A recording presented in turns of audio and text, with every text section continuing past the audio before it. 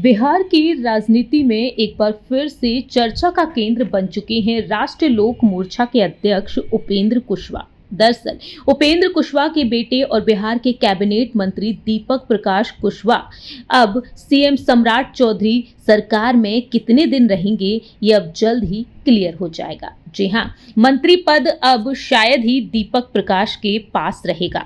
ऐसे में देखा जा रहा है कि उपेंद्र कुशवाहा, जिन्हें एनडीए की तरफ से ऑफर मिला था कि उनका दल भी एनडीए में विलय हो जाए, लेकिन उपेंद्र कुशवाहा ने साफ तौर पर इनकार कर दिया। अब ऐसे में सवाल ये बन रहे हैं कि आखिरकार दीपक प्रकाश कुशवाहा के पास ये मंत्री पद कब तक रहेगा। बिहार विधान परिषद की 9 सीटों के लिए 6 साल कार्यकाल के द्विवार्षिक चुनाव और 1 सीट के लिए 4 साल टर्म के उपचुनाव में नामांकन का आखिरी दिन है और आखिरी घंटे चल रहे हैं। ऐसे में दीपक ना तो विधायक और ना विधान पार्षद बनते दिख रहे हैं और अब सवाल ये बन जा रहा है कि शपथ की तारीख 6 महीने के अंदर इस्तीफा देना होगा। दीपक इस्तीफा खुद देंगे या फिर सम्राट को त्यागपत्र देने को कहना पड़ेगा।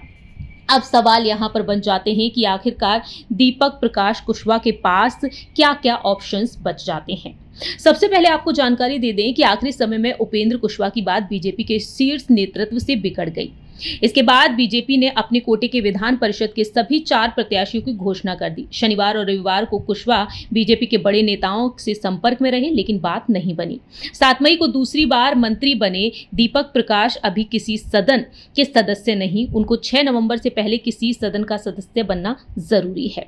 अब ऐसे में सवाल यहाँ पर बन जाते हैं कि बीजेपी ने 2 ऑफर दिए कुशवाहा को, लेकिन उन्होंने ठुकरा दिए। आरएलएम को बीजेपी में मर्ज करने का दबाव रहा, वहीं दूसरा रहा कि दीपक प्रकाश को बीजेपी के टिकट पर एमएलसी बनाने का प्रस्ताव, लेकिन आरएलएम ने साफ तौर पर इनकार कर दिया। अब यहां सवाल ये बन जाते हैं कि आखिरकार दीपक प्रकाश के पास क्या क्या विकल्प बचते हैं। मौजूदा संकट से निकलने के लिए उपेंद्र कुशवाहा के सामने 3 रास्ते हैं। या तो पत्नी का इस्तीफा दिलाकर बेटे का भविष्य बनाएं। अगर उपेंद्र कुशवाहा को अपने बेटे दीपक प्रकाश के पॉलिटिकल करियर को बचाए रखना है तो उनको अपनी पत्नी स्नेहलता कुशवाहा से विधायक पद से इस्तीफा दिलवाना होगा। फिर खाली सीट होने पर बेटे को वहां से चुनाव लड़वाकर मंत्री बनाना होगा। वहीं दूसरी ही तरफ सवाल ये है कि कुशवाहा की पत्नी अगर इस्तीफा देंगी तो वह चुनाव भी साथ होगा, मतलब सितंबर तक, यानी कि तब दीपक को मंत्री पद से इस्तीफा नहीं देना होगा, क्योंकि उनके पास 6 नवंबर 2026 तक का सदन का सदस्य बनने का समय है। दूसरा है एनडीए से अलग होकर जनता के बीच जाएं। कुशवाहा के पास दूसरा ऑप्शन है कि एनडीए से अलग होकर जनता के बीच जाने का। यदि कुशवाहा स्वाभिमान की लड़ाई लड़ते दिखते हैं, एनडीए से नाता तोड़ते हैं, तो वह अपनी जाति कुशवाहा समाज के बीच जाकर पीड़ित होने की सहानुभूति बटोर सकते हैं। वहीं यहां पर बड़ी बात आ जाती है कि बेटे को इस्तीफा दिलाए और पत्नी को मंत्री बनाए। कुशवाहा के पास तीसरा और आखिरी विकल्प है कि वे अपने बेटे के दावों को फिलहाल ठंडे बस्ते में डाल दें और अपनी पत्नी को एनडीए सरकार में मंत्री या किसी बड़े पद पर एडजस्ट कराने के लिए लॉबिंग करें। इससे सत्ता में उनकी हिस्सेदारी भी बची रहेगी और बीजेपी के साथ सीधे टकराव से भी बचा जा सकेगा।